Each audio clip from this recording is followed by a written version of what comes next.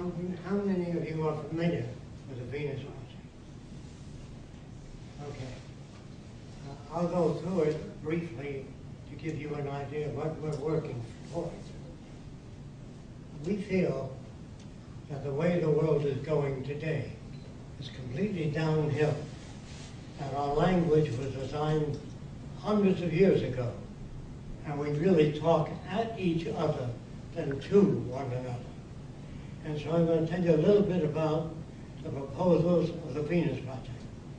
If I fail to answer your questions, you have to let me know that. Raise your hand and say, you didn't answer my question.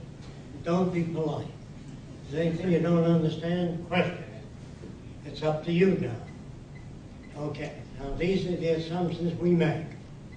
That you will have war, poverty, depression continuously until all the nations of the world are brought together and the earth is used as a common heritage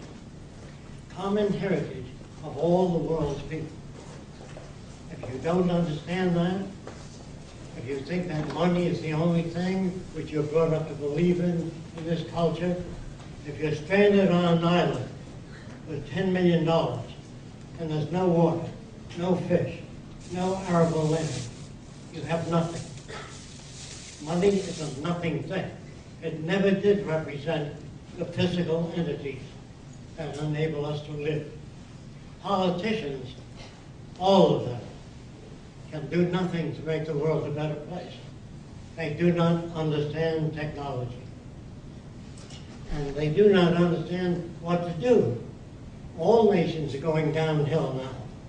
This is the first time in history that there's been wars all over the world, and we've had unemployment.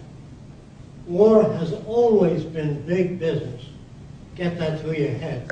It's not to bring democracy to other countries. It's to exploit them, use them in whatever way we can. I want to try to get that across to you. Let's assume that you are drafted into the Army. You put up your life to defend the country. If that's true, then we should draft all the war industries so no one makes a buck out of war, and it's real. If you draft all industries so they get the same basis of pay as the soldiers that put their lives up to defend this country, it's real. But if people make millions of dollars selling machine guns, submarines, aircraft, it's not real. Big business.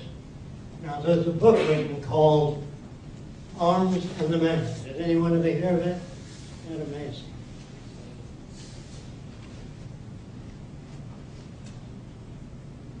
A friend of mine was a pilot in World War I. He flew over a German munition dump called I.J. Farben and had orders not to bomb it. He didn't know why. He said he flew over 8 times with strict orders not to bomb it. After the war, he found out why. DuPont had holdings in I.J. Farben, an American company. Now, of course, another aspect of war. We've been killing Japanese soldiers in the South Pacific Islands in World War II. The truth is, Alexander P.D. Seversky of Seversky Aircraft Company said that what we needed at that time was long-range bombers to knock out the power projects in Germany, the dams, the electric generators, and shut down the factories. But if you shoot soldiers on every island in trenches, has nothing to do with bringing war to an end. War has always been big business, loaded with lies and deceptions. Now, how many Americans knew that American soldiers used to cut off Japanese ears and make necklaces of them? One person. Amazing. The book is called A New American History. If you really want to know where we're at, we're in the same case as all other nations, corrupt as hell. The Center for the Study of Democratic Institutions in Santa Barbara, their writers said that this is the most corrupt country in the world. Now, what does that mean exactly? That means that according to Charles A. Lindbergh, his father advocated that the government print money and make it available to people, not private banks. Private banks are permitted to lend out money more than they have. They can lend out more and collect interest on it. Well, that's utterly corrupt. If you don't understand that, we always have wars, recession, boom, bust. And what they do in our school books, our history books in particular, do not describe our country as it was or as it is. All history books and all the people back in our history books always did the right thing. They never made any mistakes. They never made any errors trying to... Your history book, everybody says the right thing. There's no such people. That's all over the world. Where do you think we got this land from? We took it by force and violence from the Indians. Then we took California, New Mexico. After we stole all the land we needed, they put up the sign, "Thou shalt not steal." What is true of America is true of all the other countries. When they say the sun never sets on England, how do you think England got all those country controls in the old days? They took it. Now, if they lost, of course, they would have been called thieves. Now they're called conquerors, great conquerors.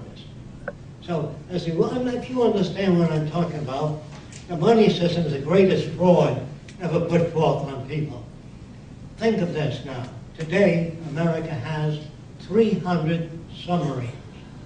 Each one, not according to me, according to the War Department, has more destructive power than all the wars in history, one submarine. Now, where can you go with that? What can you accomplish? But there's a place for particular senators and government officials. They built a place under a mountain for them to go to in case of nuclear war. Well, there's 6 months' supply of food, water, all the necessities of life. What do you come out to? You ever think of that? A burnt-out, radioactive, wasted area? How stupid can you be? The Pentagon is made of people, army people. And army people are notoriously stupid because they're not very well read.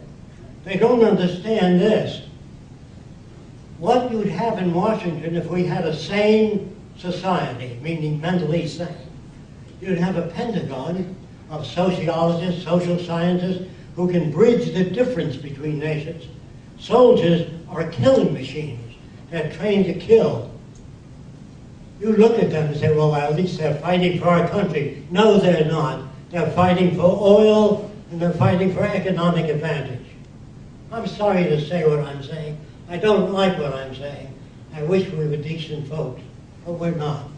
I don't own any munition companies. I have no political ambitions. I think that politicians say things people like to hear. They have nothing to do with the truth. They don't even know what the truth is. There are some people that I meet that call themselves truth seekers. In order to be a truth seeker, you'd have to know everything to know what the truth is.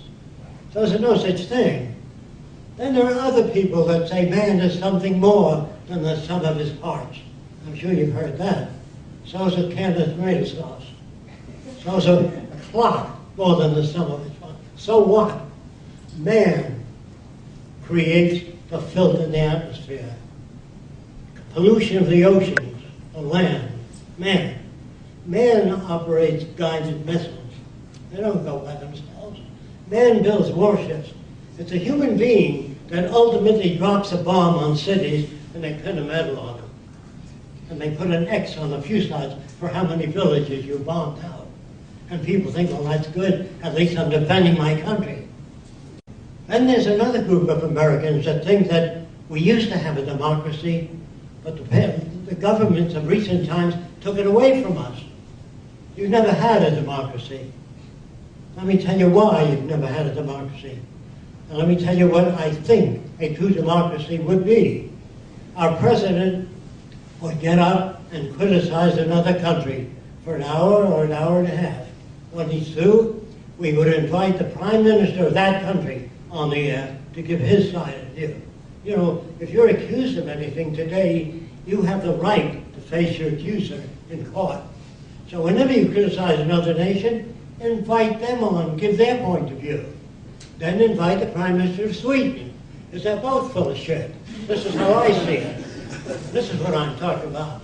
In a democracy, people say, well, at least I'll participate. It's a participatory democracy that I believe in. So I always get those people all the time when I say, do you believe in a participatory democracy? Yes, I do. Did you vote for the space program? Well, I guess not. Did you vote for the Vietnam War? I guess not. Did you vote for the design of the Capitol building or the highways in America? I guess not. What the hell are you participating? What an illusion. And there it is out there all the time, and you think that you participate in selection of politicians. You don't. They're picked for you. If you had a democracy, you'd have 4,000 political parties, and they would disagree and argue with each other. And if you had a democracy, you'd have religion on the air, all religions on Sunday. Then you'd have atheists and agnostics giving their point of view. That's a democracy. But when you've got generals on the major broadcasting stations and admirals of the Navy and vested interests pitching their pitch for more armament, it's your money that goes into armament. And when you bomb other cities, no matter where they're at, you're building hatred, cumulative hatred for the future. And then there's another group of people that think they're smart. They're against abortion. You imagine they'd be against war, because they're killing thousands of people, bombing children, everybody, unborn children, mothers. So what's the matter with these people? Well, I tell you what's the matter. They are cerebral insufficients. They don't have enough stuff up here to put anything together. They even created gods. They used to have many gods in the old days. Then they downsized and finally come down to one God. Now the Jewish God says, if a man takes your son's eye out, you take his son's eye out. The Christian God says, when a man punches you, turn the other cheek. All these gods are different. So when the guy says, do you believe in God? Which one? Einstein said to me. When I asked him, do you believe in God? He says, which one? There's so many different concepts of God. So many different concepts of right and wrong, good and bad. Now I'll tell you a little bit about right and wrong. And if you're black, listen to me carefully. If you're brought up in the Deep South as a white man, and it's an uneducated region, you will speak with a Southern accent. And you'd say things like, I'm going to get me a nigger, I'm going to kick his ass in. Where do you think that comes from? That comes from an environment. That's not that the person is mentally ill. There's nothing wrong with a Southerner or a member of the Ku Klux Klan. That's the environment he was brought up in. And the psychologists today and psychiatrists are so stupid that they deal with the individual. It's really the environment that makes them that way. If you don't understand me, if you were brought up as a little baby, or by the headhunters of the Amazon, let's say you, and if I said to you, doesn't it bother you to have 10 shrunken heads? You might say, yes, my brother has 20. So he would be perfectly well adjusted where he's coming from. There are no good or bad people. There are people brought up in different environments which they believe in. If you're brought up in Nazi Germany as a baby, all you see is Heil Hitler, Deutschland über alles, meaning Germany above all. You're a Nazi if you never see anything. If you still don't understand me, if you take a nice Jewish boy and bring him up in Nazi family, very young, he's a Nazi.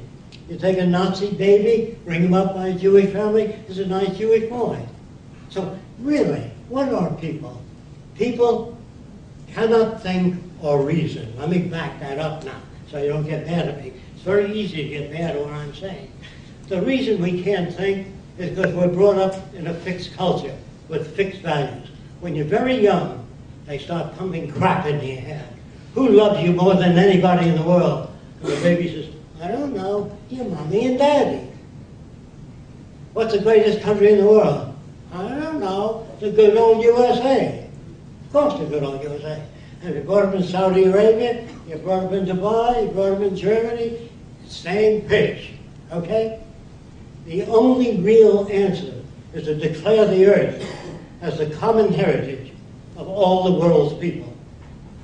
and all the resources shared by all the world's people. If you still don't understand that, what we spent in World War II, what we, the Germans, the French, the British, all the money we spent on equipment could have built hospitals all over the world, schools all over the world, wiped out the slums all over the world. How stupid can you be? Now, how many of you ever heard of a book called Mind in the Making by James Harvey Robinson? Not even available in your school library, not one hand. How many of you ever heard of a book called Arms and the Man? It appeared in Fortune magazine explaining the profit system of war. And there was one time even Fortune magazine ran that. And then there's another book called Tyranny of Words by Stuart Chase. How many have ever heard of that? What happened to these books? There was another book called 100 Million Guinea Pigs. Anybody here ever hear of it? It was a bestseller in America. It attacked the drug industries. They said, why don't the drug industries try to find out about carrot juice or celery juice or natural approaches to disease? Because there's no money in it. You get $3 or $5 for a pill, so why should they? So the public, after that book was a bestseller, demanded that a new agency be provided in Washington called the Pure Food and Drug Administration. Now it's infiltrated by the people of the drug companies. Anybody know that? Amazing. One person, two persons, three persons.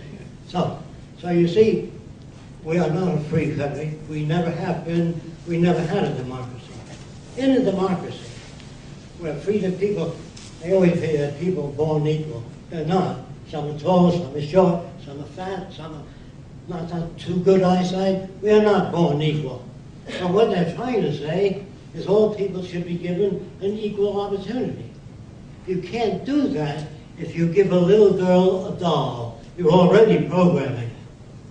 If you tie a big bow in a little girl's hair, you're programming her for a certain role. When my little girl was 5, she says, I want an electric train. I don't want a doll. You give a little girl a washing machine, you are programming her. The reason boys are more inventive than women is not because men are different. It's because men are given a wider range. Let me tell you what I mean by that. If you don't know what that means, which you won't get in your school books. When we were little boys, we used to piss together in the field and cut across one another's piss streams. And another kid said, "Did you ever see a kid take a shit?" He said, "No." "Come on, Billy's going to take a shit whatever he wants." Here's what they got. The way it came out, this enabled a man to design an extruding machine. You know what that is? A machine that extrudes aluminum. He got it from another kid taking a shit. Now, men, when I was a kid, we used to throw spiders at girls. And, you know, the girls would go back like that. Today they collect spiders. So you see, if given the same range that men are given, if a man is having an affair with 5 women at the same time, he's called Don Juan. If a girl screws around with 2 guys, she's a tramp. Who wrote the book? The men. So think about it. You're second rate. And so God doesn't hang a picker on a male and say, don't use it until you get married. It would pop out the day you got married. So he got all this bullshit out there, and there's really no such thing as profanity. Because if you bake a pie, I don't know, you drop it, you might say fiddly-dee. If he baked a pie, he might say shit. That means, I'm sorry I dropped a pie. So does fiddly-dee.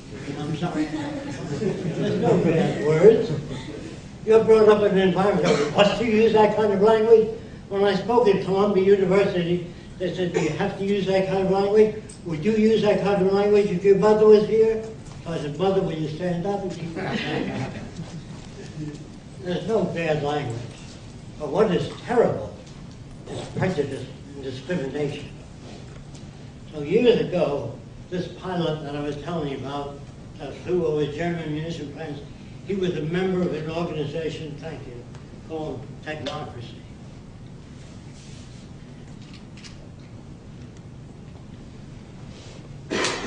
How many of you ever heard of technocracy? Okay, the technocrats believe in using science and technology rather than politics as a means of governing people. So I attended about 2 or 3 of their meetings, and I enlisted. I joined. I found it pretty good. Then I noticed there were no blacks in the organization. So I walked over to Howard Scott, who was the chief engineer, and I said, how come there's no blacks? He said, let them start their own section. And I said, well, how come there's no Orientals? He said, the Oriental mind can't grasp technology. That was in the old days. So I knew. I tried to tell him that you're looking at the first generation Orientals, but by the 3rd or 4th generation, it'd be just like us. And there'd be no regional dialect. And he said, no, the Oriental mind will never grasp technology. He died a long time ago, and so did his ideas with him.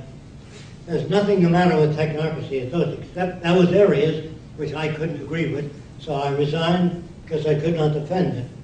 So then I said to myself, what is needed? How can you design a society where there's no conflict? Well, there's always been conflict. There's always been corruption in government. There's always been wars, and the Bible says there will always be wars and rumors of wars.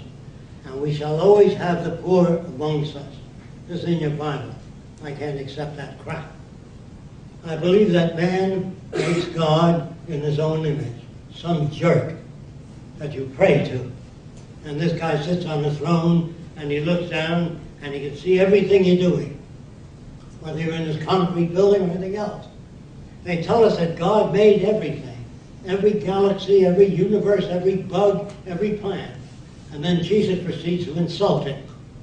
Just before they crucified him, he looked up and said, Father, forgive them, for they know not what they do. This God created everything. You don't have to tell them. They don't know what they're doing. That's what I mean by an insult. When a farmer says, dear God, we have a drought, my corn is drying up, how about some rain? My God, gee, thanks for telling me, I didn't think of that. You know, we reduce God to some jackass that gets angry, creates floods, sins, injury, pain. And if you don't follow the Holy Scriptures, you burn eternally. That doesn't sound like God. That sounds like a psychopath. When I tell you God is made in the image of man, you go to different countries, the Indians concept, happy hunting ground. No Indian pictures stainless steel automobiles. No Eskimo can dream of walking on a palm-fringed beach unless they've seen movies. So it means that you can't think of anything unless it's within the culture that you're brought up in. That's why each little group thinks they're okay. The Nazis used to call themselves the master race. The Jews call it God's chosen people. Well, if you start doing that sort of thing, you're separating people. And when you have women's studies, Polish studies, Jewish studies, black studies, you're separating people. All people need clean air, clean water, arable land, and a relevant education. That means how we depend on the forest. If we dump stuff into the ocean, I better tell you this. About 45 years ago, the U.S. Army, United States Army, dumped 65 tons of nerve gas in Miami. How many of you knew that? Nearly one hand, 2 hands, off the coast of Miami, near the Gulf Stream. How can you love your country and do things like that? Don't you see that? Einstein thought that if he gave them the formula and Oppenheimer for the atom bomb, surely man would be wise enough to demonstrate it out at sea and say to Japan, we don't want to drop it over your country. This is what we can do if you don't drop your arms now. But no, they dropped it on Hiroshima and Nagasaki because they're brought up with the old crap in the Bible that says revenge is sweet. You do things like that, you build hatred for centuries. So I'm trying to tell you things.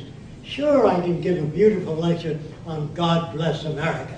Who the hell are you to tell God who to bless? If he made everybody and you say God bless America, who are you to do that? Everybody knows what God wants except God. Because man makes God in his own image. A guy that gets angry, creates floods, that's not God. And then I went to another church. I was looking for the truth. in the early days when I didn't know any better. I was looking for the truth. So I went to satanic churches because I wanted to see what they say. They believe that Satan rules the world. There's more evidence to demonstrate that than God. Serial killers, bombs, continuous war, dumping stuff in the ocean, poisoning the atmosphere. They seem to have a chip that sounds right, because I don't buy that crap either. But I'm just telling you what different people believe, and they're just as sincere as you are. The Japanese are brought up with the same values about you as you devise about them. And we talk about Nazis as being cruel. If you get a book by H.G. Wells called Outline of History, in that book he says the U.S. was moving about 1,000 Germans toward the campgrounds, but the German army was catching up with them, so they put them in a big whole machine gun them all. Well, we don't have any real movies on anti-war. Maybe All Quiet on the Western Front or The Vickers. Do you know how many movies were made pro-war? Thousands of them. And I remember the original All Quiet on the Western Front.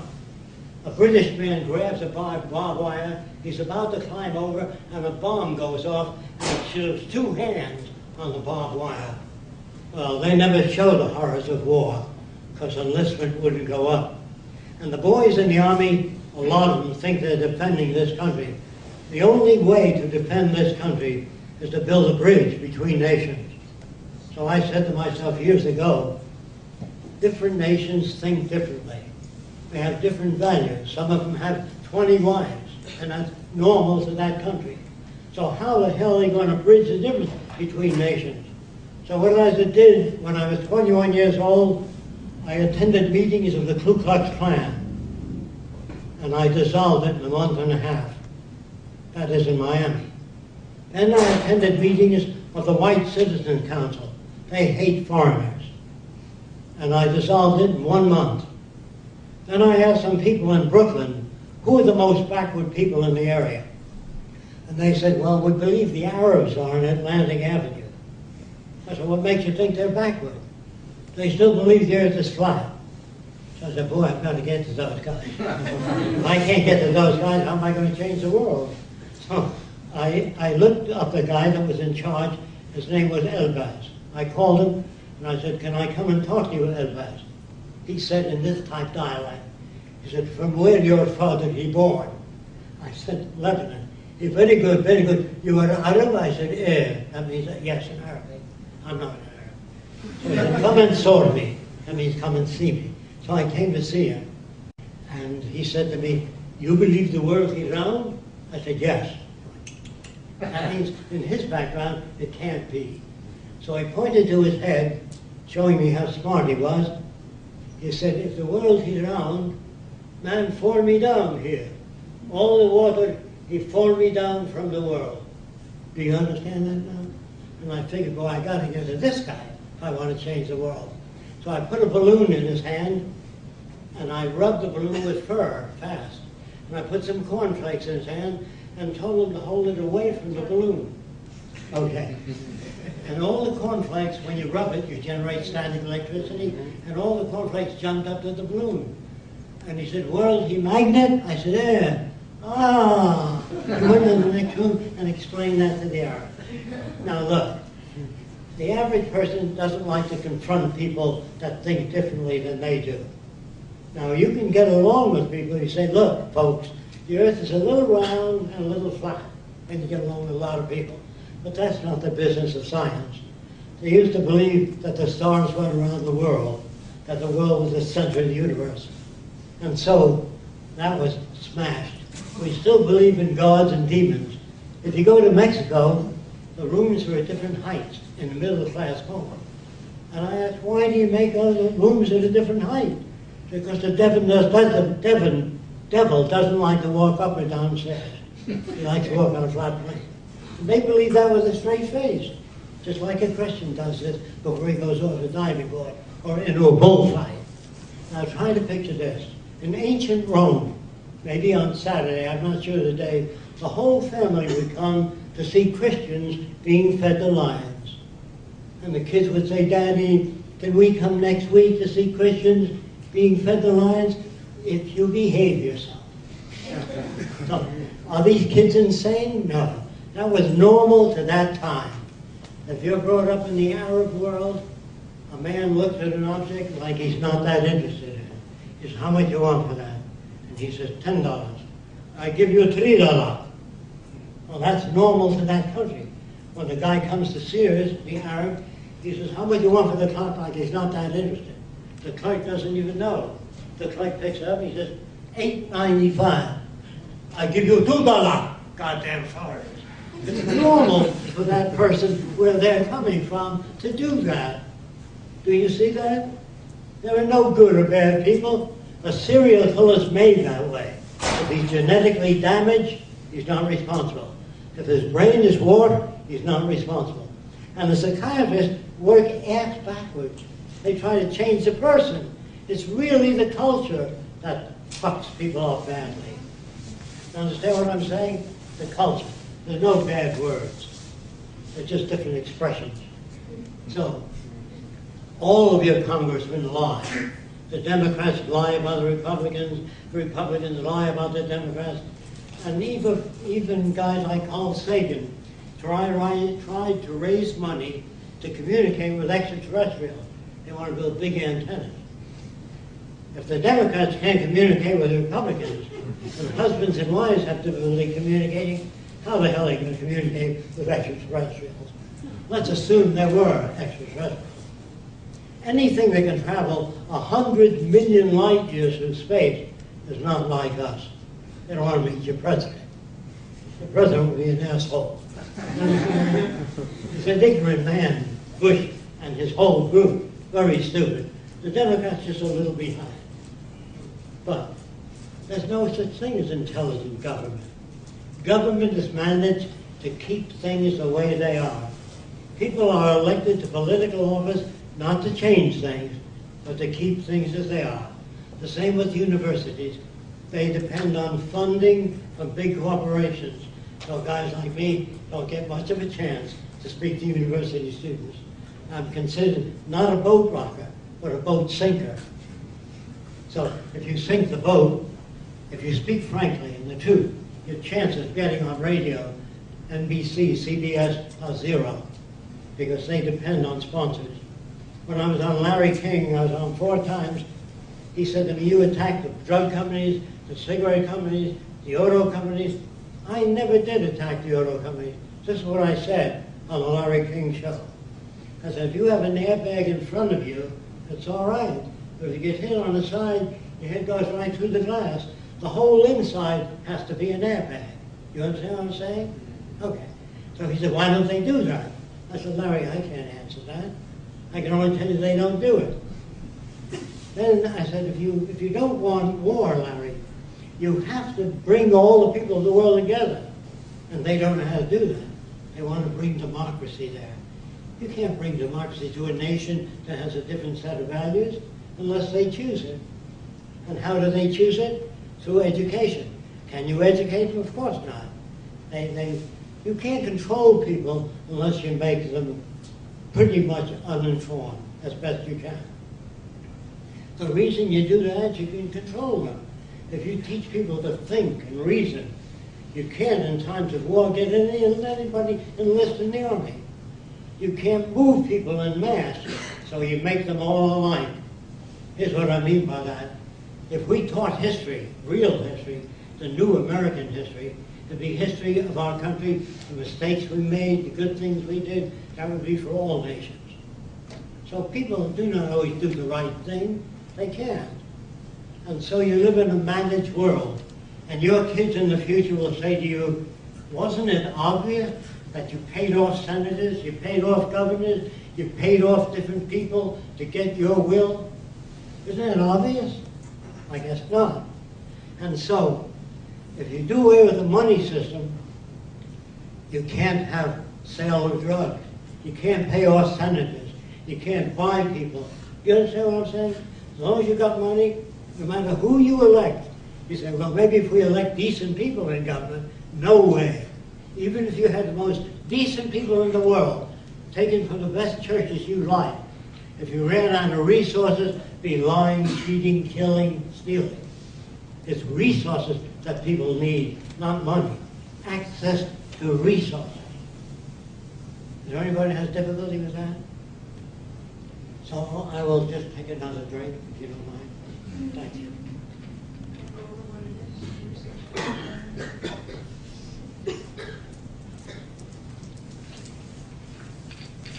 So what we advocate then is a resource-based economy, no money.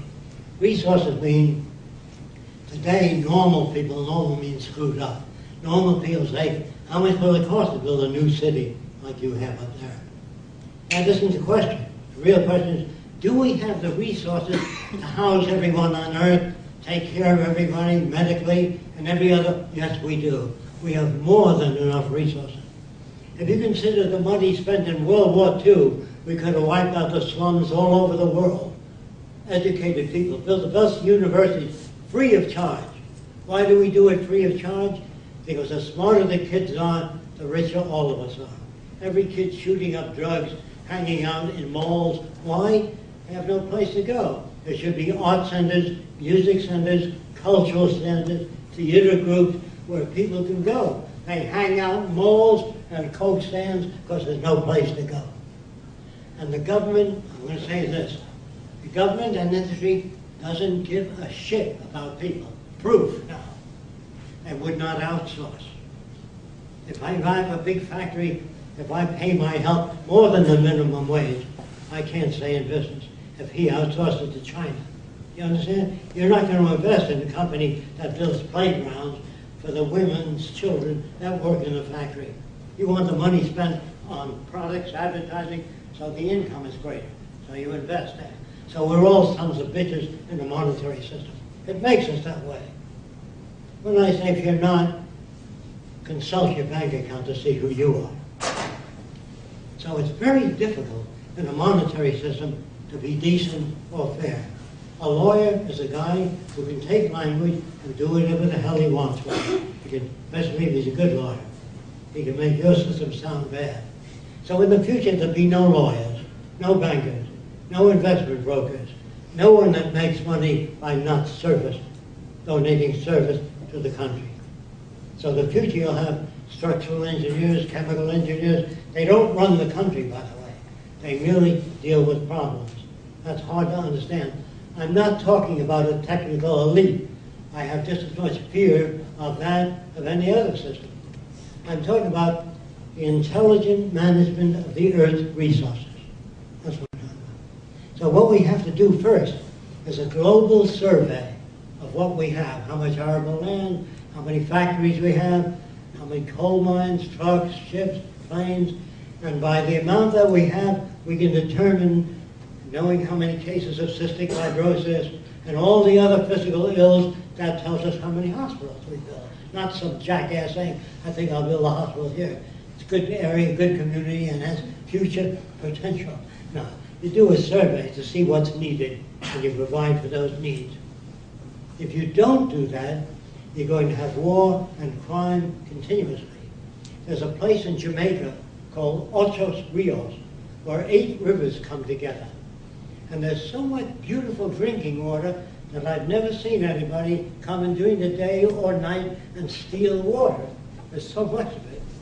Now, if people have access to the necessities of life, they do not steal. If people can go to a center like a library and get any book out of the library, you know, before they had the public library, women marched for a public library, and they had rotten eggs thrown at them, and they were beaten up and put in jail. Eventually, they got the library in. The reason that people were against the library, if you made books available free, they felt it would threaten the sales of books in bookstores. But when people read a little book, little bit, they bought more books than ever, because they knew more. So I want to build a camera center in every city, where any human being go in and check out any kind of camera, just like the library. And any musical instrument. This is love of your country and love of the American people. If they can have access to their needs. But a family, some of them are not educated. They don't know how to feed their children. They feed them junk food, not because they're bad parents, they just don't know. A failure of education.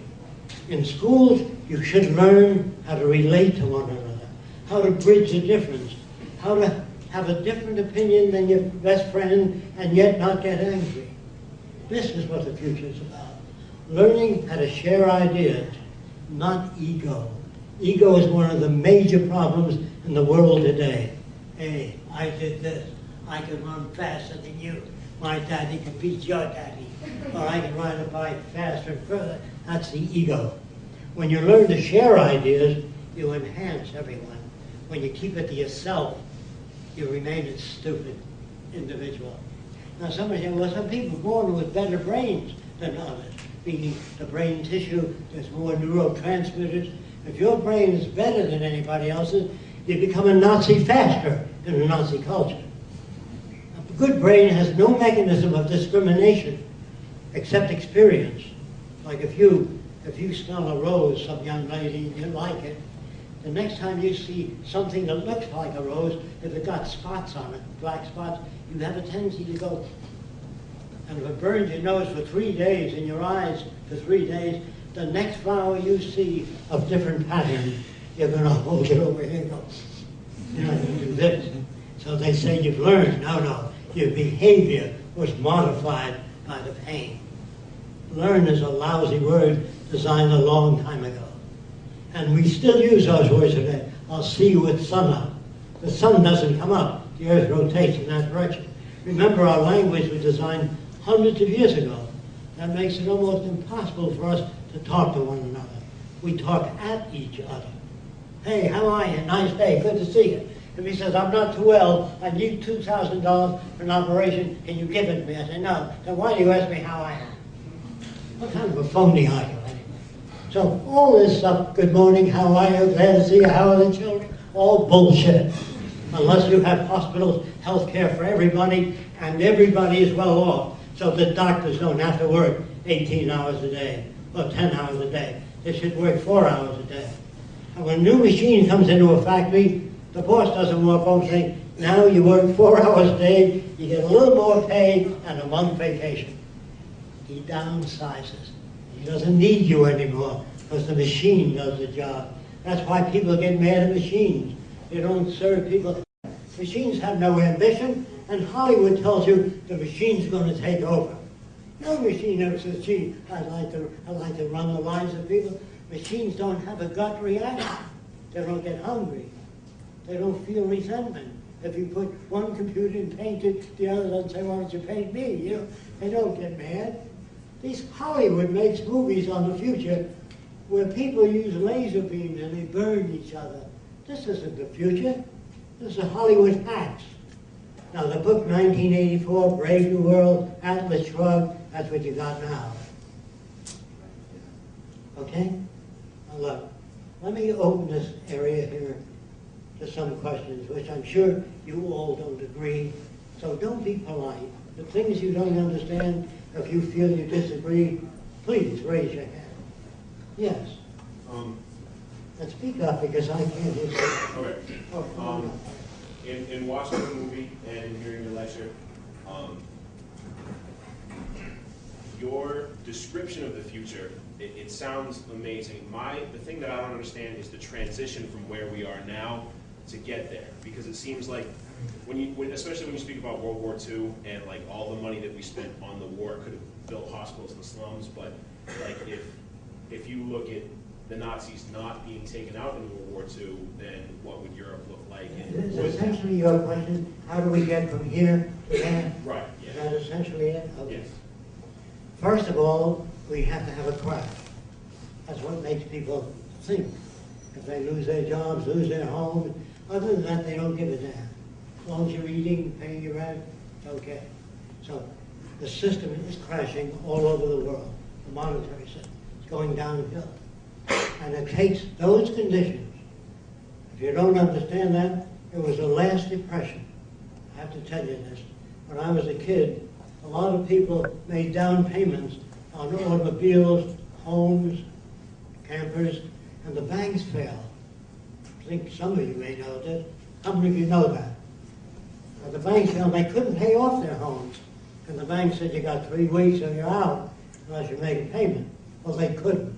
So they were kicked out. And 15 million Americans, when I was a kid, were sleeping in every empty lot. And that looked wrong to me, because a lot of you guys never saw that.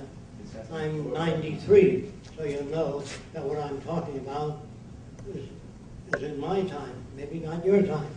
And I saw all these people sleeping in empty lots. Then something new happened. About 10 to 15 to 30,000 veterans marched on Washington, veterans of World War I. They were promised $600 when you get out of the Army to start life anew.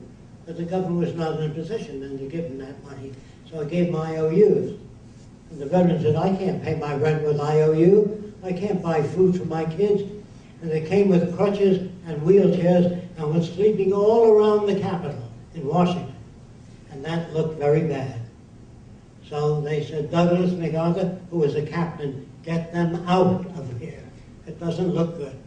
So he asked them to leave, and they didn't leave. They said, no, we're not leaving until we get our pension you promised us. So Douglas MacArthur ordered the troops to throw tear gas at the veterans. You can look it up in any, particularly the New American History. It isn't in our school books. A lot of stuff is taken out of books, and that is a lie to do things like that. The book 100 Million Guinea Pigs is a lie. I mean, if you don't make it available to people, books that are taken out of the library because they don't feel you ought to know that or it would hurt the country, I don't like that at all. Yes? All right, we get back now to the transition. The transition is the breakdown first. During the breakdown, during the Depression, there were people up on soapboxes all over America, every empty lot. One group was Mankind United. Another group was called, this group was the Church of God. And there was back to family values, socialism, communism, Nazism, all kinds of ideas during the Depression. That's what generated it. So I was standing in front of a socialist, and I said, when you get into power, how are you going to house the masses? Well, he said, well, we'll work that out at that time. I said, well, do you have any blueprints now for it? He said, no. Then I went over to another guy, who was talking about communism. He said, go away, Sonny boy. There's a lot of older people there. And I said, no, I want to hear what communist is from a communist. He says, why? Because I don't believe what the Democrats say about the Republicans or what the Republicans say about the communists. I want to hear what the communists have to say, so she can say. So when he got through, I said, I want to ask you 1,000 questions. He said to me, you'll have to go to the YCL. I said, what's that? Young Communist League. I said, what are they? Well, here's an address, and I went there. And there were little girls, 10 years old, and boys up to about 17, and they were reading books like Crime and Punishment. Little kids reading deep books. And I said, gee, these kids are very different than ordinary kids. So after the meeting, I raised my hand, I said, how are you going to house the masses? And they said, well, when that time comes, we'll work on it. I said, how are you going to prevent corruption in government? They said, well, we'll work on that when that time comes. I said, let's start a technical branch of the Communist Party, ways of preventing corruption and housing people. They said, you're a deviationist. I said, what does that mean? You're deviating from the teachings of Karl Marx. I said, I'm trying to help. I would help anybody, by the way. I don't care what country it is. And they said, you're deviating from the teachings of Marx. And they said, you'll have to leave. So the vice president of the Young Communist League got up and said, let's hear him out. And they kicked us both out. That was my experience with the Communist Party. I really did want to help any country. I would help any country. I don't care what the philosophy is. It's not working. So I was interested. And the transition, there'll be a lot of pain, a lot of suffering, because the old ideas are going to clash with the new ones. And if enough people understand the Venus Project, look it up on your website, thevenusproject.com. Look it up. There's all kinds of questions that thousands of people ask, and we answer all those questions. And it's not an elitist, it's not technology in charge of people. It's a method of social operation that brings out the best in all human beings, whatever that may be. Yes, sir. You have a question like that? Yes. It sounds like Let me it sounds like your plan really is a communist approach, in that you want a central form of government, or central form of governance with technology, by computers, correct? Now, I have a fear of the central government in that regard without any kind of checks and balances. I mean, there has to be somebody to maintain the machine that does the governance. And then if that's so, then those people that do the maintaining have influence over the machine and therefore can affect it according to their personal interests. Then the machine itself, if you do have artificial intelligence that develops to the levels that you're claiming that they can and their potential, what's to prevent a machine from going to the level of, say, a cybernet, like in the Terminator movies? take over. I know the that machine take over. Yeah, and before you answer that, I'd like to mention, yes, a machine is not motivated by chemical impulses like a human being, which gives you an idea that it's going to have a straightforward empirical approach. And that's a nice idea, but we do hold as humans values that a machine could not appreciate, such as the idea of keeping mentally disabled people alive. You know, if you think about the terms of eugenics and such, there are scientific approaches to communities that we don't agree with on a personal level, because we don't think that everyone should die simply because they're not as useful to the community as the greatest contributors. We don't live discrimination based on health, discrimination based on mental ability. Correct. I mean, Okay. in the jungle. I'm trying to answer that. Okay. Where areas exist where we don't have good fertile land, we can grow things hydroponically without soil. There are areas in the ocean where we can lower supported units that can grow food that's edible for people in the ocean. There are many edible plants. There's really no shortage. So only if there were severe shortages would that happen. Now they're letting out people from prison because they can't afford to feed them. So they're letting out a lot of people that they consider, you know, smoking pot or something that is not too dangerous. But later on, they will run out of more and more money, and more criminals will be let out. And there's more and more crime being committed now due to scarcity. So in our system, we try to provide for all people, because you can go blind and you can develop cystic fibrosis, or you can develop heart disease. So we give every research lab whatever the hell they need. No more digging up nickels and dimes for research in medicine, or this disease, or that. We have the resources to give every research lab whatever they need. That's why you're always seeing medical people appealing for money for research. That is not a sane society. Look at all the money we spend on battleships, on warplanes, costing billions of dollars. Why do they spend that money on medical research? What are you trying to dig up nickels and dimes for?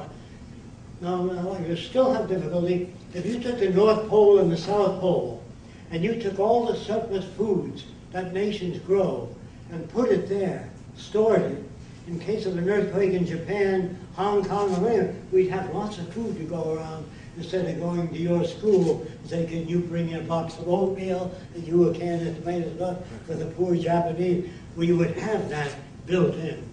They say, well, what about automobile accidents? Automobile accidents are technical negligence. We got gadgets today that I think most of you have seen. You walk up to your garage and the light goes on. The same kind of unit in an automobile. So I couldn't hit your car even if I wanted to. When I got within 40 feet, the brakes would go on. So they say, well, what about children crossing at school? Well, we have a section of pavement. When a kid presses a button to cross, the pavement turns up like that. So no car can hit a kid. That's the way we say we care. Our problems are not political, they're technical. If you still don't understand that, when I was a kid, well, you're going to have to look this up if you don't believe me, trolley cars used to have a platform. And when you got in, the seats ran all the way through. And when people were late for work, they'd climb on the platform, hang on. And they were hit by cars. So they painted a big sign, please, get in the car but don't hang on the platform. But people that were late for work still were hanging on the platform. So the conductor had a rubber hose in the car or off the platform. Once the car started moving, he got in, and the guys hung down the platform. That went on for 10 years, until the car company went to an engineering firm. And the engineering firm says, what do you want? We don't want people hanging on the platform. Good. I retracted the platform when you got in the car. Just turns out that's the end of the problem. Most problems are technical, not political. Politicians have no idea of how to solve problems. And it's very easy to bridge the difference between nations if you don't attack them. But when I went to the first Klan meetings, and the guy says to me, you're a smart guy, what do you think of the Ku Klux Klan? I said, it was a great organization, but it didn't go far enough. That causes, what do you mean? Then you can talk to them. But if you attack, you lose it. You understand? So reason and logic is strictly bullshit. It doesn't work on people. When I brought a Japanese kid home one day, my mother said, I don't want that kind around.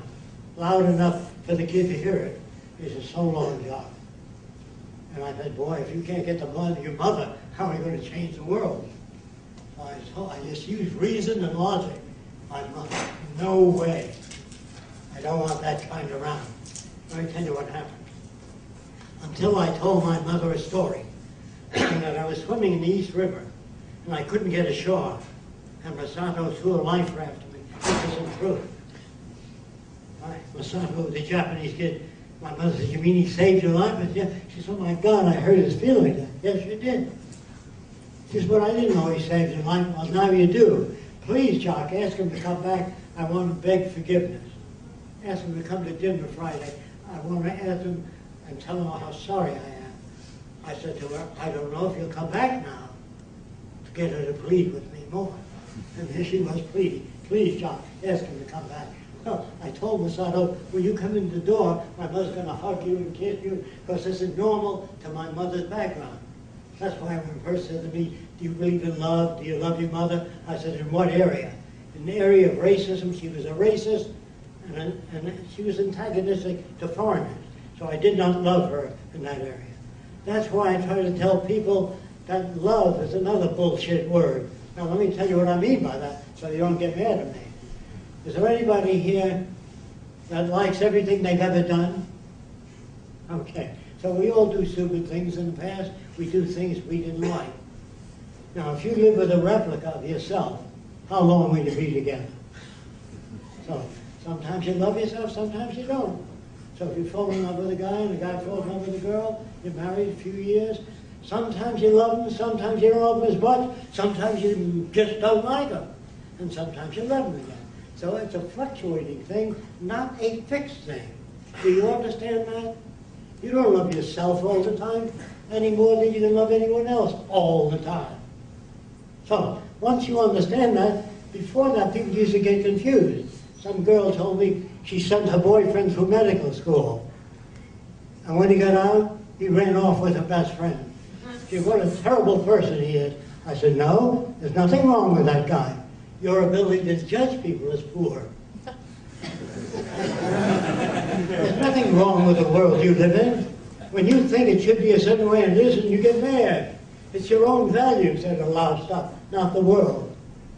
If you invite a guy or a person into your home that has no place to live, no place to sleep, and you're a good Christian, and they steal a lot of stuff and leave, you say, that lousy son of a bitch. It's you that have poor judgment. So we have to learn how to look at the world honestly. And in that way, we can arrive at better conclusions. You had a question. Yeah, I just wanted to address what this gentleman was saying earlier and stuff. Just like, as long as people trying to figure out in society that to live in, someone's always going to have to make some sort of consensus people should follow by and stuff. But the thing is that if you're living in a free society,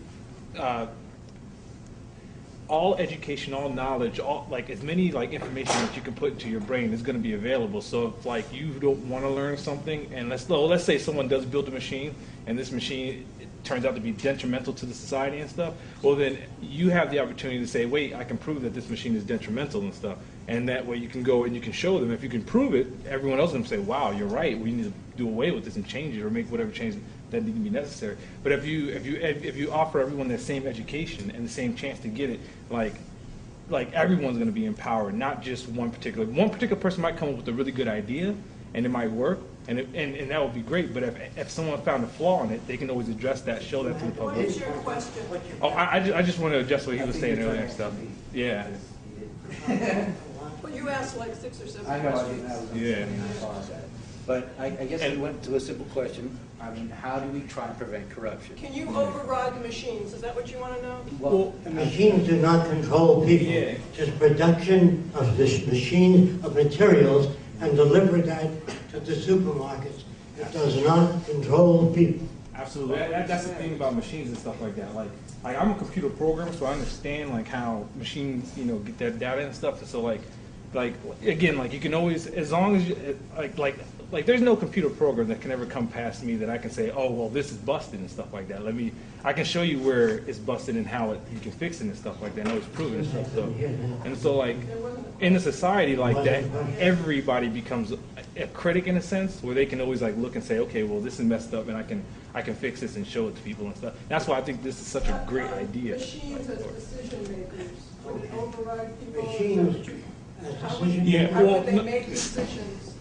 Like how? Yeah, well, I mean, machines can be overridden and stuff, but it's through people. But like a I machine. will answer that. I think I know what you want to know. Variable in a sense. Today, the United States Army, I want to tell you about the old days before, a pilot used to look out at the airplane and say, I'm about a mile high. Today they have Doppler radar. Tells exactly how high you are, how many feet, inches off the ground. No human can do that. About 9 months ago, computers were able to handle 1,000 trillion bits of information per second. No group of humans can do that. So humans are on their way out in terms of the ability to sensing, just because they can. They can. You can't see electrons, but with an electron microscope, it extends the human attributes. So there's nothing the matter with machines. Somebody had a question before you back there. All right. Well, I What was was just your question, sir? I was Oh, just yes. saying, Yes. I think what everybody's Louder, trying to sir. get from you is, what if the programmer is corrupt? What if the guy who makes the Doppler radar? The programmer is corrupt, and he programs the machines to jam other machines. First of all, you got to understand there's nothing to gain in a non-monetary system. If I pay you $50,000 to cause a jam in computers, he does it. But in a system that doesn't use money, nobody gets paid off. You can't sell drugs. You can't open a house of prostitution. You can't have gambling. You can't import stuff to the country. You can't pay off senators. Only if you do away with money. As long as you got money, I don't care who you elect, it'll go corrupt. Yes, sir. Well, I'm hearing the few gentlemen say, basically, how could you trust a machine when it's the human that's actually created that machine Very and good. pulling those strings? How can you trust a machine since it really doesn't care about people, doesn't have any feelings? If humans are programming the machines, how do you trust the machines? I don't have to do Oh, that. sorry, I thought you didn't. When humans used to operate elevators, I don't know if anybody remembers that, they never quite got to the floor. They're always moving around like that. Now you press 18, it takes you there almost all the time. So you really have machine failure today. They have production lines where automobiles are assembled by machine. The doors, the wheels are put on. Sure, it breaks down, but not nearly as much as humans do. So the machines are programmed to turn out automobiles, right? And they do a better job, faster, and they check it out and everything. So if you have supermarkets, whereas you remove goods from the supermarket's computers will order stuff instead of somebody with a pencil and paper taking inventory. You don't need that. So what we do is shorten the workday for everybody. Instead of 2-week vacation, you get a month vacation. We produce a lot of sailboats for your use. Here's a negative aspect. Nobody owns anything in the future. You have to do away with ownership. You don't own your wife, No guy owns his wife and orders her around. She's an independent person, makes her own decisions. No more anyone over controlling you. There's no subservience, no debt, no money loaned at interest. You understand what I'm saying? Only in that way. Anything less than that will not work. Yes. Well, let me give some guy right here. Ever since the beginning of time and man, there has been an exchange for something. If you're proposing a non-monetary system, then how do how do people then get an incentive to do something else?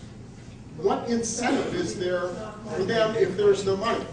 There is an incentive group called Doctors Without Borders. How many have ever heard of it? They work for nothing. Their sense of well-being is helping people. And Martin Luther King wasn't promised $5,000 if he marched into the South. He did it because he believed in it. Jesus, Mahatma Gandhi worked for nothing. Nobody ever promised him anything. If you did this, I'll give you a house in the country. Nothing like that. So everything great came about without money. Now, if they tell you that money generates incentive, it also generates incentive for embezzlement, corruption, paying off your brother-in-law. You know what I mean? It generates all kinds of incentives. And you had a question, sir. Yes. Everybody's kind of interested in the situation with the computers. And what it keeps coming back to me, voting machines are a good example of this. Even if the society has been, let's say we've been using paper ballots to a certain point, and society was sort of free in a sense that we were all having a say in what was going on around us. Now we have computers, and we know from the 2000 election, at least a lot of us know, those computers were tampered with. And the people that were helping, that we were electing to help make decisions within our society, they wanted their opportunity to take everything and make their decisions over all of us. How do we keep that kind of corruption from creeping back in when a rogue computer program? The Venus Project doesn't advocate people in government, machines. We have a machine government. I don't let that scare you. Let me tell you what it means. The agricultural department machines go into the soil. Jacque and Mike. So if the water table drops, that pumps water out there. If the nutrients change, the machine pumps nutrients out there. You don't need a guy there anymore. You don't need a guy to tell the president we're having a terrible flood in this area. And the president says, how bad is it? He says, well, there's 5,000 homeless. The next few days there may be 15,000. So the president gets in an airplane and he flies over and he says, yes, you do have a flood. So what? We want to build flood control systems to take the flood waters, divert them to storage areas, not have a president fly over, say you have a drought, we have this or that. That isn't the answer. Politics is nothing. In fact, the kids of the future will say to you, Dad, couldn't you see that politics was corrupt, basically? The whole money system, the banking system? Yes. There wouldn't be people in positions of differential advantage. They do that type of behavior today because there's something to gain from it. But if you have a society where everybody has access to things, there's no basis of corruption. In the terms that you're thinking about it, you're trying to think about it in today's society. You're thinking about it in terms of the movies that people give you and extrapolating a free enterprise system into the machine society. No, I'm not. You're superimposing what I'm thinking. What I'm thinking is, in the light of something, I saw some quotes from Krishnamurti in the addendum. Krishnamurti, his whole point was you have to be a light unto yourself and not depend on other people. And when he taught this to everything, the first thing he wanted to do was make him the next Messiah. It's human nature. How do we get away from that? Okay. First of all, I want to tell you that every book today in modern psychology says that there's no such thing as human nature. There's human behavior. Now, when I went to the South Seas, I'm going to tell you what happened. All the natives on Tuamotu when I was 21 walked around completely nude. And I never saw a native stare at a female body that was brought up there. They were swimming nude ever since they were this high. And they always look at the eyes of a girl, never the body. But here in America, the camera moves in on the cleavage line when the girl leans forward. Then it covers her legs. Then it covers her butt when she's walking. That's where the guys get that from. Hey, get a load of that chick. And women say, well, you know how men are. That isn't how men are. That's how they're made in this culture. But in the South Pacific, where all the girls walked around nude, no one collected pictures of nude women. They were brought up that way. Now, if you took your grandmother to Miami Beach, and she saw the girls walk around with their butts hanging out, they've gone too far. And where she's coming from, she's right, but not right for this period in time. Do you understand what I mean? Your grandmother brings with her her conventional views of her time. So you can't take people that are obsolete and take them right out and put them in a new world. You have to orient them that. So we talk of environment only as the major factor. The geneticists today are looking for the gay gene. Some of them are looking for the democratic gene. Can you beat that? How stupid can you be? When it's obvious that if a black man or a white man or the son of a Klansman is brought up by a black family, he's going to walk and talk like a black man. If you take a black man and bring him up in England, and he'll speak with an Oxford accent. If you take a black man and bring him up in Germany, he says, Deutschland über alles, just like a German.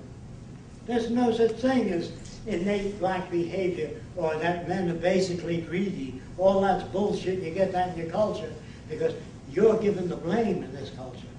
And the reason marriage was set up, if you were around screwing 50 women, they would know who the babies belong to. So when you get married in the community, they all know you're responsible for the babies from that young lady you're with. So marriage was an institution to save the kings and the noblemen from supporting your kids. It's a bullshit profession.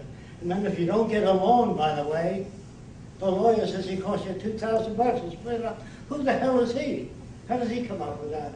If you don't like the guy, why can't you walk out? The lawyer says you got to go through this procedure. And then this guy with a white collar that pronounces you man or wife. Who the hell is he? How can he pronounce you man or wife? And in the Bible it says two people that really love each other, no one can put us under. If you really like a person, your parent says, I don't want you going with that guy, you don't give a damn. Okay. You have another question? Yeah. In the examples you gave about how people used to work in elevators and then machines assembling automobiles on assembly lines, with more technology, that's going to become more prominent, and there's going to be, if machines are better at doing things than humans, then they're going to do them and not humans. So what are humans supposed to do? First of all, I know a guy, a little guy, that designed it, and they say to me, can a machine be better than the guy that designed it? This little guy designed a machine as big of a freight train and empty it. He can't do that. The guys that design machines that move Coke bottles along, he can't move them that fast. Machines are always faster than the designer. So, your question, What do people do? what will people do? There'll be art centers, music centers, produce plays, write concerts, travel, sail, scuba dive, restore the reefs, invent things.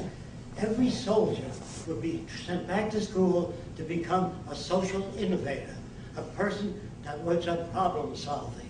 What a wonderful world we would have if we had soldiers that worked on problem solving. Do you understand what I'm saying? The profession of a soldier is a nothing. A police officer, generally, I hope there's some police officers here, is a nothing profession. We can design cars today. When you get to a 60-mile-an-hour zone, the power output is 60 miles an hour. You can step on the gas till you're blue in the face, and it won't go any faster. We can design things today so you don't need laws. All 90% of man-made laws are strictly bullshit. The only laws that count, by the way, is a natural law. If you get enough sleep, nutritious food, you get sick, no matter what your philosophy is. But religion is one of the major conflict generators because it tells you such a thing as right and wrong, good and bad. That depends on the culture. I think judges would be considered criminals in the future. I think that lawyers in the future would be considered criminals. So a lot of things you call right today, a young man flying in an airplane, presses a button and drops napalm over a village, you call him a war hero. We call them criminals. But they don't. You know what the old definition of a criminal was? One who removes an object from your possession without your permission. They've changed that definition. Today, it's one who's caught.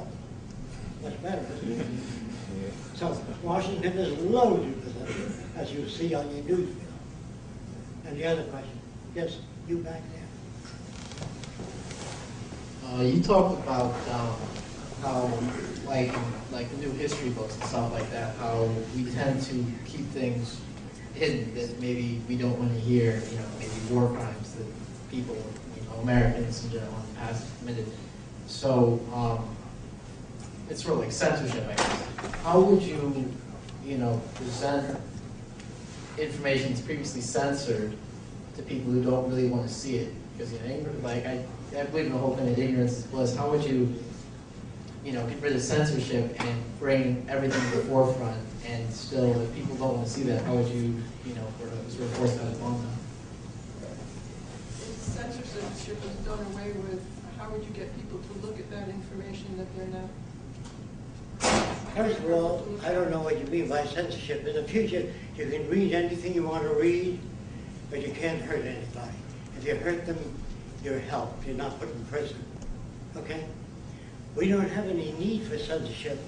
If say one guy wants to build an airplane with a swept forward wing, another guy wants to build with swept back, who decides? We build swept forward, swept back. We don't have to worry about how much will it cost. We have the resources. See, so you're permitted to try anything. If you want to try to make a pill that increases the oxygen in your blood so you can swim underwater for an hour and a half, you're not allowed to give it to your son, but you can try it on yourself. Is that all right? I think he was asking if you don't have censorship, how do you keep, let's say, information that a person doesn't want away from them? I wouldn't know what information a person. Let's just say, for example, you don't want to see pornography. I want what? Let's say, for example, a person does not want to see what we now call pornography. And you have no censorship. So the assumption is that I pornography... didn't say we don't have no censorship. Somebody else said that. Okay. We Well, do I was just have- trying to explain his question. We educate children to be able to relate to one another, to speak, communicate with a referential language. That means today, I believe most of you have been brought up to believe that everyone should have a right to their own opinion. Isn't that true? Most of you? Okay. Let's say you live across the street from me, and I see 10 guys coming out of your apartment. I can have all kinds of opinions, right? You can be a language instructor, a ballet instructor, but if you give everybody the right to their own opinion, you're generating a lot of new problems. I would make things available to people. Anything they want to know, we tell them where to look it up. Like the internet, you can find out a great many things. So let people have access to information, what they call transparency. Then there's no need for hurting people. There'd be no prisons in our society, no police, no armies, no navies, no authority that you have to answer to. We build sailboats for your use. You don't have to come up to Fresco and say, can I use a sailboat this Sunday? I say, there's 50 people before you. We build more than required, so you can take it out yourself. The only difference is your sailboat is monitored by satellite. In case there's fire at sea, we know where to go to get you. Not Big Brother watching you. I'm talking about safety for your own good. Do you understand what I'm saying? There's no need to hurt anyone. Yeah. Aren't you going to need population control to make sure that the resources are never exceeded? I couldn't get that. Do you have to have population control so that it doesn't exceed the resources? Well, when you use the term population control, that scares people. We do a survey of what the carrying capacity of the earth is, and that tells us how many people the earth can support. If you exceed that, you're going to have malnutrition, disease, and territorial disputes. Do you understand that? Yes. So many acres can support so many people. If you put more than what the ground can support, you're going to have disease, malnutrition, and problems. So how do you make sure that you don't exceed the limits of the resources? Well, the survey committee tells us how many hospitals we need. Educate people. They have to be educated. Yeah. But is it going to be done by birth control or euthanasia? You have to educate people. Right, well, To educating people understand. doesn't stop people from producing people. There's lots of details to No, that big. we showed them a film called Dynamic Equilibrium in Nature. If you produce more people than a land can support, these are the problems you're going to have. Now, if they don't seem to understand that, that's another problem. There's That's lots what of you ways talk of about. birth control. Right. You're talking about people who don't understand dynamic equilibrium? There's a lot You of. know, you can't plant millions of flowers in a given area. The soil will be exhausted. Exactly. So you have to have a Department of Agriculture that says, here's how you can grow more flowers. This is what we call soil additive. Right. It takes 1,000 years to make 1 inch of topsoil. And the jackasses today build new cities right over it. We would shave the topsoil, put it in soil banks, because we know differently than the old people that used to build right over things. Today, they build a dam to generate power. But fish can't get back to the spawning grounds when you build a dam. So all our dams have stepped areas where the fish can get back up to the spawning grounds. You know what I mean? I mean total planning. Today, we design a dam to produce electricity. In the future, it's an overview. Do you understand the difference? There's no profit in it for anyone but everyone. Yeah. My question is, the population today is increasing exponentially, Yes. okay? I expect it's going to continue that way. Until Until the system collapses. the system collapses, or, I mean, as long as there's access. We hope to get this film out before the system hits total collapse. If we don't, it'll revert back. But aren't I you have saying no that you control need the over collapse that. in order to have the transition? More than now. If enough people look into the Venus Project, find out what it's about, you'll find no one gets hurt. We don't want to kill capitalists, communists, anybody. They're all victims of culture. There's no prisons, no police. If you understand what I'm talking about, talk to your friends about it. Look, the Venus Project is not perfect. It's just a hell of a lot better than the system today. And it'll get better. And there are no final frontiers, no utopias, no best buildings, no best laptops. Every year they'll change to get better. It's called an emergent society. Today we have an established society. It's fixed and it operates according to certain laws. In the future, all societies will be command and tell us how to improve, chairs and everything else. Use the mic. I don't know if they can hear you in the back. Okay, can you hear me back there? We need an emergent society, not an established society, where nothing remains constant. Did you have a question? Yeah. My question is, do you advocate the abolition of forms of punishment in raising children? You're saying you Spare the rod, spoil the child. advocate punishment and Would you educating children? Is that Would you the question? advocate the abolition We of advocate punishment? punishment and educating Well, children. let me tell you how we educate children. We do not order them to do exercise.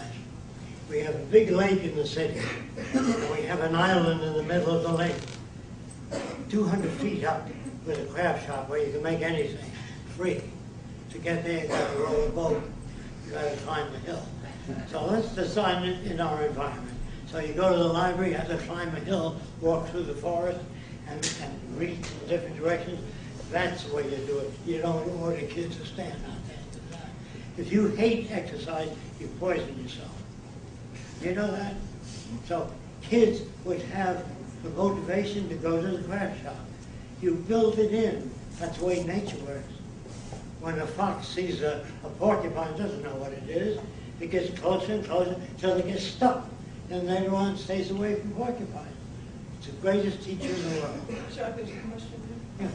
Yes, I wanted to know what type of procedures or protocols would this project go through if people were to rebel? Because it seems as if this is sort of a culture or some sort of land that for the good of the good. Like, it seems like if someone wanted to become a dictatorship, become a dictator, they could if they just somehow get to the machines. What if a corrupt person wanted to become a dictator and take over the system? Let me say this. First of all, everybody lives well. There are no poor, no hungry people. So if you wanted to take over, what are you taking over? You live in a nice house. You don't own anything in the future. You have access to anything like a public library, television camera, anything you want. It's there for your use. The concept of ownership was good 50 or 100 years ago. Free enterprise was terrific 150 years ago. But today, we have the capability to produce in abundance. Go look at your shopping center. We can produce everything you need. You don't have to charge people anymore. I want to tell you where I got the ideas. This may help you. Wait, can I just, I got it. Let me just answer that. They think that Hitler swayed, they say that Hitler swayed Germany. Well, he couldn't have done that. A dictator couldn't have taken over unless the people in Germany had that value system to begin with. When you have an educated populace, not just in certain areas, but in a broad range, being a multidisciplinarian, knowing a lot about a lot of subjects, you can't have somebody come up and dictate what they're going to do. They would be helped. They would be helped rather than have that ability to sway people. I understand, because I just see this in some sort of way. They're going to have to be human labor in some sort of way, because if someone was to get a hold of the machines, then they have a hold of your resources. They have that machine that makes your food. So if I have the control of the machine that makes your food and you don't eat, that means you build me a castle. I want my house to be bigger than yours. If you have access to everything you need, all the food, health care, why do you want to do that? Is there something wrong with the guy's head, you mean? If there is, he's then helped. He's not put in prison. They do that with our automobiles and airplanes. Human behavior. Your airplane has a tendency. Because humans have always lived in scarcity. There's no such thing as human nature. There's human behavior, and that's always been changed. It's always been changed because they've lived in the same deprivation and differential advantage. If you change the environment, you'll get a different behavior. But who's to change the environment? Who is the one to set that standard to change the environment? You understand what I'm talking about.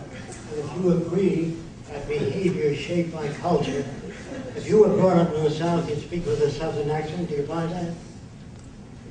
I believe that is. What do you mean by human nature? Our views I'm not saying human nature. I'm saying human behavior, and I said that from the beginning. It's human behavior that always wants to go better and be on top. Who is going to set the standard? Okay. Whoever sets the standard, whoever sets the standard is the one who's in control. Let's assume You do that for that's your so. life, though. You see that? Let's assume that why does anyone want to be at the top? Is that an ego problem, you think? Or why does anyone want to be over another person? I'd rather work with people than over them. If I meet a person that knows less about aircraft, say I work on aircraft safety devices, and they said in the old days that you can't take a plane out of a flat spin. So I designed wingtips that turn into the spin and took it out. So you learn how to say, I don't know how to take a plane out of a flat spin. You'll never be able to take a plane out. That language in itself is an ego. Just to say, look, they asked scientists, can you put a man on the moon? And do you know what they said? I don't know. What do you mean you don't know? Well, we don't know what man can stand. I said, what do you mean by that? We have to put him in a centrifuge and see where he conks out at 9 G's, 9 gravities, or 6 gravities. That means you can't shoot a rocket ship off too fast because the people will die. That's what I mean, I don't know. So they put a guy in a rotor. Then they said, we don't know how to give a guy water in outer space. What do you mean? You don't know. Give him a glass of water. If you pull the glass away, the water would remain there and go off in bubbles. So you can't give a guy a glass of water. So you have to put water in like a toothpaste tube and squeeze it and drink it. You see what I mean? So That's why man says, I don't know. That's the most difficult for people to learn, I don't know. There are guys today that say, we'll never get to Mars, not in 1,000 years. You'd think that they did make studies of it? No, just their stinking opinion. Just say, I don't know, it's not my field, I don't even know how rockets work. That's honesty. So we say, listen, there's always been automobile accidents, and you'll always have automobile accidents. Well, this is a pinhead. That's not an innovator. But if you're an innovator, there's nothing you don't feel that can be conquered. Yes, I'll try that. Can I say something with us? Can I say something to you, sir? I don't know your answer for sure. You're saying that you're wondering why they're like how it's not going to be that somebody is going to want to be bigger and want to be better and want to dominate. But in the world we live in, and the way the world has always been, we have classes of society. We have the upper class, the middle class, the lower class. In a real society, just living on Earth, with the Earth, what do you need to be better than?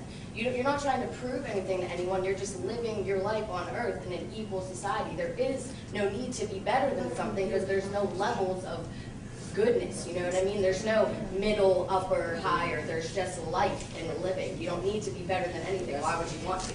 But that's the behavior of a human body. Like, you just can't take like a pure emotion or behavior out of even if that is true. You cannot take that physically out of a human body. You can't take that behavior out of it. I've never experienced that behavior. Someone's always going to want to be better than someone else. Don't do it. Human competition. If you're brought up in a competitive environment, like I can run faster than you, oh yeah, we run. So if I do run faster, does that make me better than you? Now people do that because they get little recognition. Now you're going to have to take my word for this because I haven't seen this today. But when I was a kid, people used to sit on a telephone pole for a week to break the record. Did you ever hear that, anybody? Why do they do that? Because they're trying to say, look at me, goddammit, I exist. Very few people get recognition today. So you say, that was a nice thing you did. But most people don't get recognition, so they stand on their hands for 4 hours. Or to get recognition. This is the illness of our society. Every kid should be rewarded. Every kid should be encouraged to take steps forward. You had a question over there. So what I'm hearing is that ultimately for this thing to work, ultimately what I'm hearing for this thing to work is that the human condition has to be completely removed. So to get this thing to work, the human condition has to be removed, like whether you're in a specific culture, whether you're in a different society, what's prevalent is that there's always a need to thrive or to excel. Like whether everybody is given the same opportunities, the same goals. Kids are given credit in school. If you do something the way the teacher likes it, you get an A. The person who likes something, they get a C. That makes jealousy and envy right away. So in the schools of the future, we encourage every kid to work. In other words, I wish I had a drawing board to show you, but when kids make a terrible drawing, the teacher hangs it up. I never did that. I say the drawing, they draw people like stick figures, and I say to the kid, does this guy eat anything? He says, I made him too skinny. And right away the kid adds mass. Don't let a kid do a childish drawing and don't hang it up. In other words, inform them as to how to improve that. I take 4-year-olds and teach them how to draw like 20-year-olds. Because the artist himself has learned to draw over a long period of time and doesn't always know how he does it. He says, I guess it's nature. I've been drawing for a long time. But he's a bad communicator. If you still don't understand me, we don't know. A lot of people think that somebody invented language.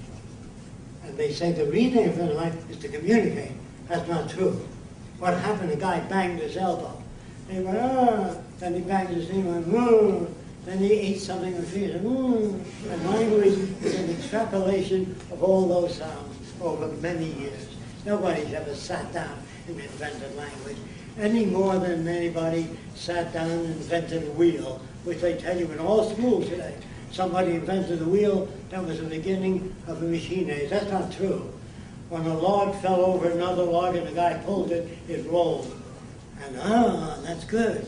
Well, if there was a stone in the way, that stopped the whole thing from turning. So they shaved the bark off, and eventually you had two wheels on there. But nobody ever sat down and invented anything. That's all bullshit.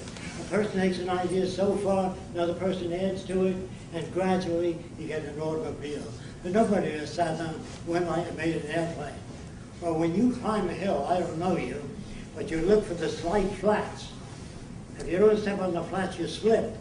So after you live there 10 years, it looks like steps. Can't hear you back there. It looks like steps. But no, when he moves, he cuts out steps.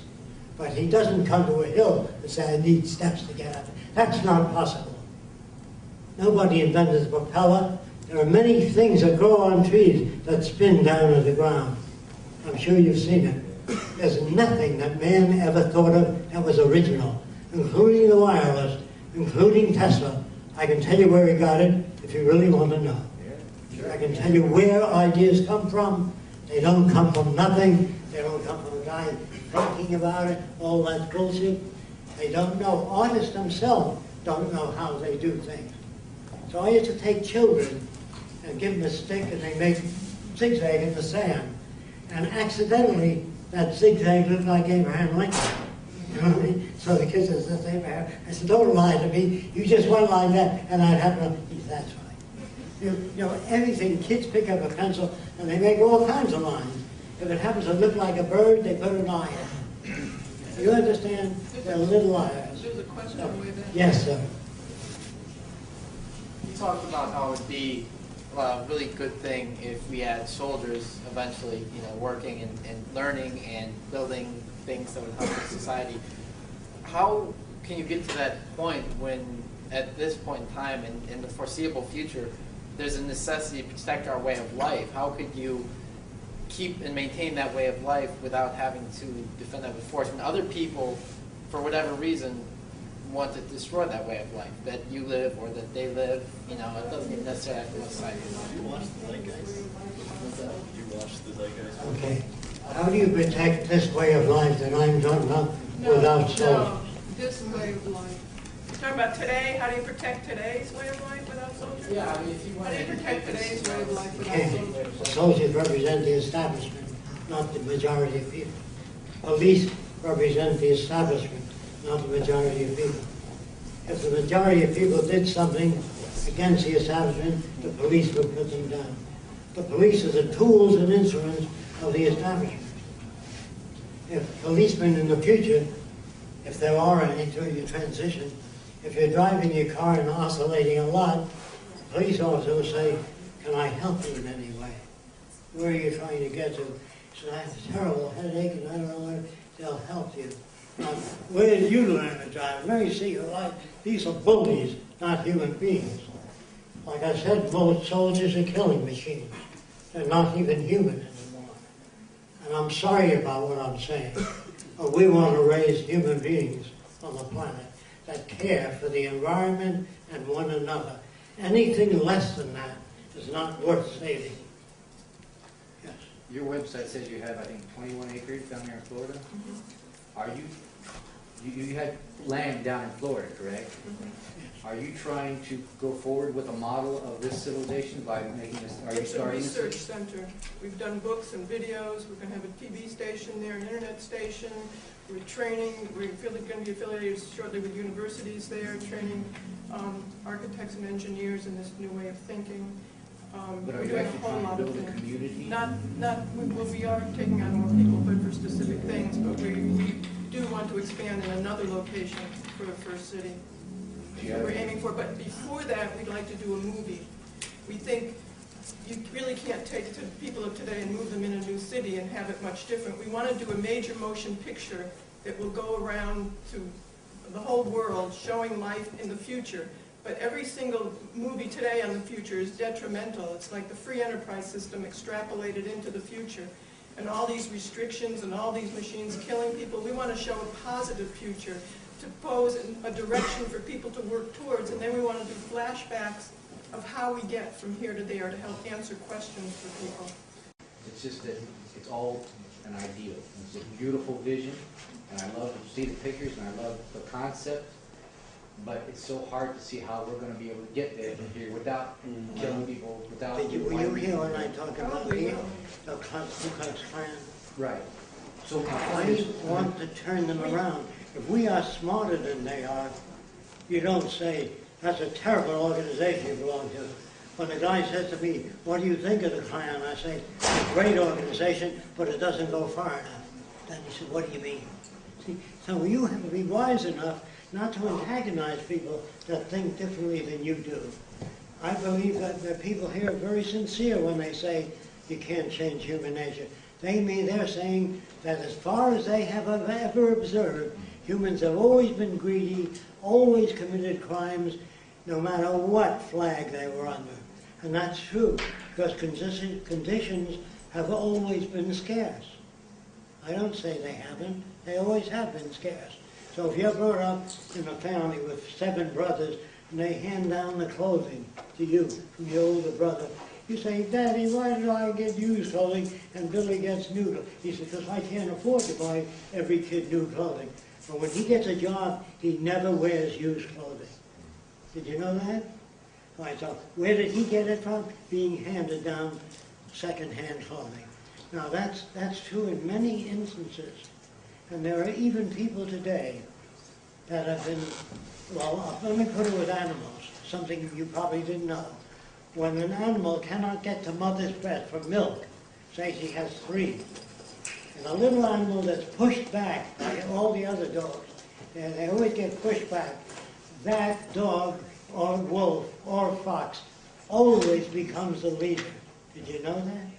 How many of you knew that? Not one hand. Do you understand what I'm saying? The kid that's pushed back a lot always becomes the leader. Those are the conditions that they find in animal behavior that makes one animal the leader and the others not. Now that's research that they find.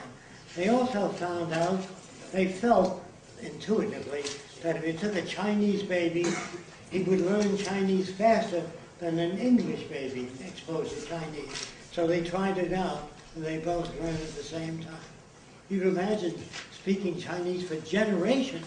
Maybe the baby learned a little faster. No, they did not. So when you put things to test, I worked for the aircraft industry for a long time. And when I was first introduced to it, they used to finish an airplane, and they say that it holds up 25 pounds per square foot. Did you know that they pile sandbags on the wing until it breaks off? And it breaks off at 27 pounds per square foot? They say it's true, our calculations are right. I love that system. Another thing they used to do, when they finished a brand new commercial airliner, they pull it up in the air 25 feet off the ground and cut the cable. Boom, it'll fall on the ground, see if the landing gear holds up. I love that system. Better than calculations or anything else.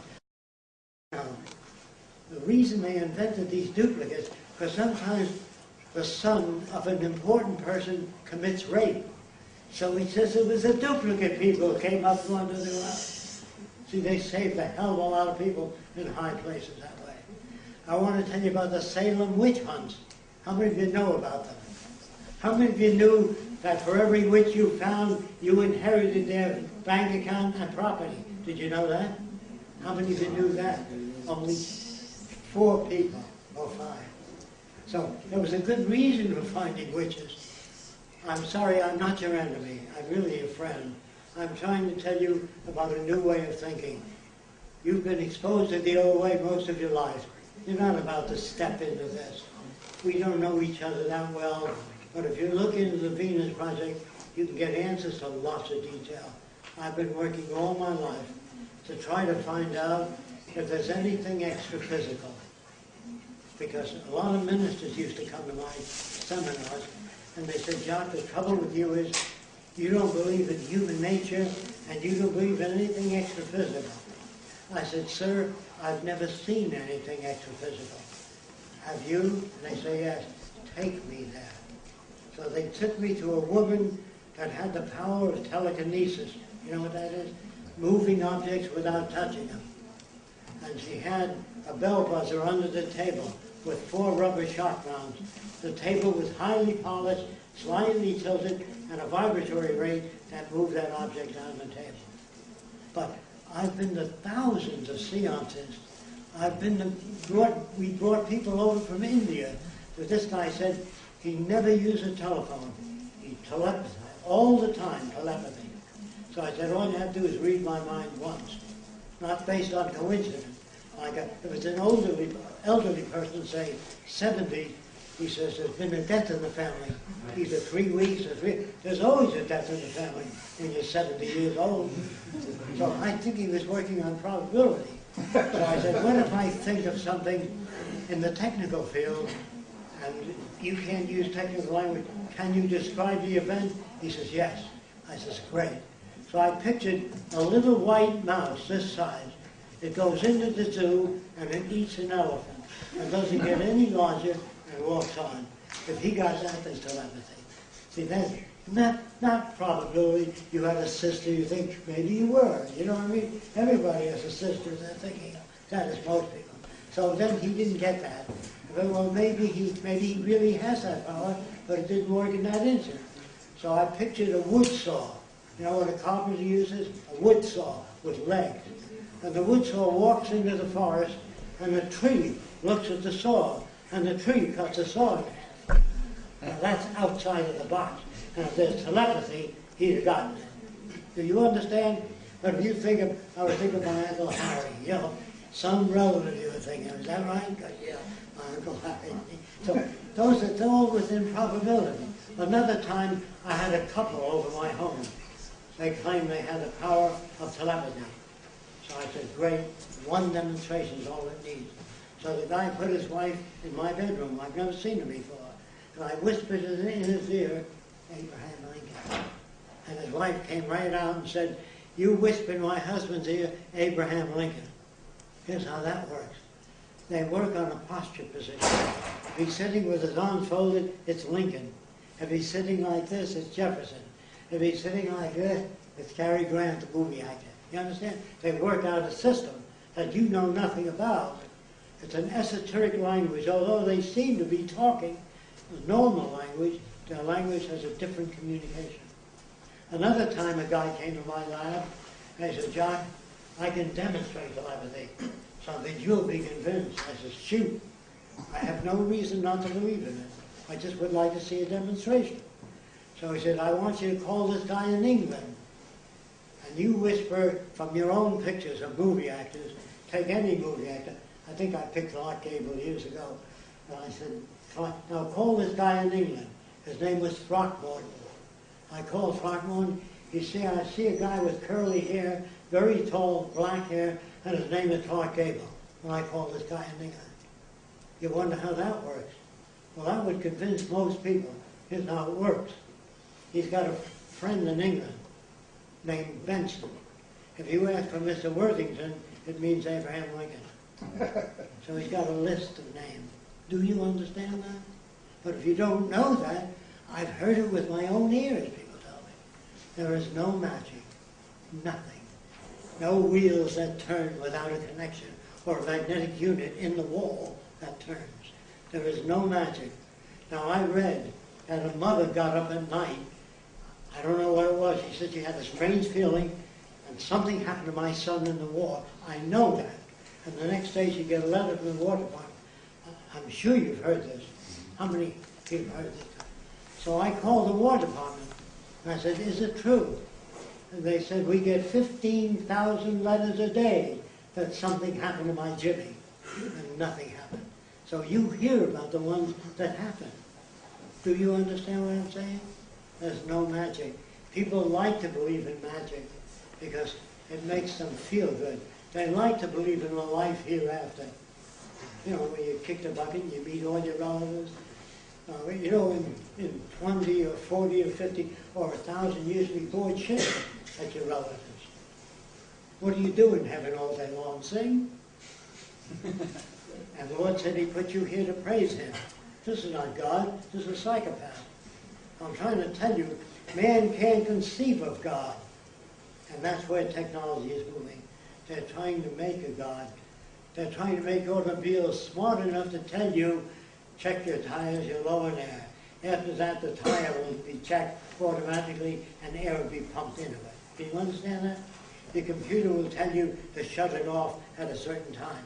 Your automobile, when you get through with it, you get out, it'll go and plug itself in to charge the battery. You won't have to do any of that. The future's a fantastic place, yes. So what do you think does happen to us when we die? We just die and that's... Well, it isn't what I think.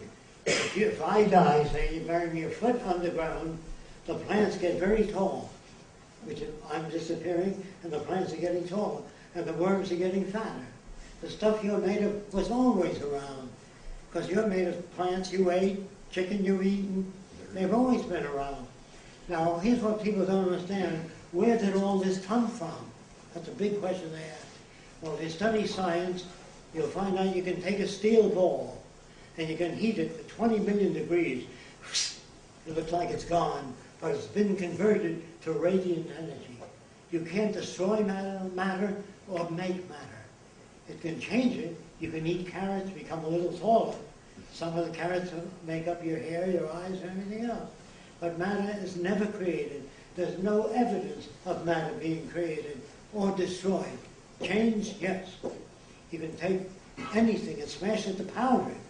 Or when I die, there'll be gases coming off, and the plants will get taller, and the vultures will get a little fatter. But if I die on the outside, but you can't. You destroy the organization called Fresco, but the stuff he's made of will go back into bugs and insects and other things. Well, it's a terrible thing. I'd rather believe I go on and meet all my loved ones. That's why people are so easily persuaded by you're a good man and your kindness will be rewarded. Now that's a good thing to say in church. And the church people, all the Bible is subject to interpretation. Everything written in it. That's why you have Seventh-day Adventists, the Catholics, because it's subject to interpretation. Science is not. Thank you for your time. I hope we're still friends.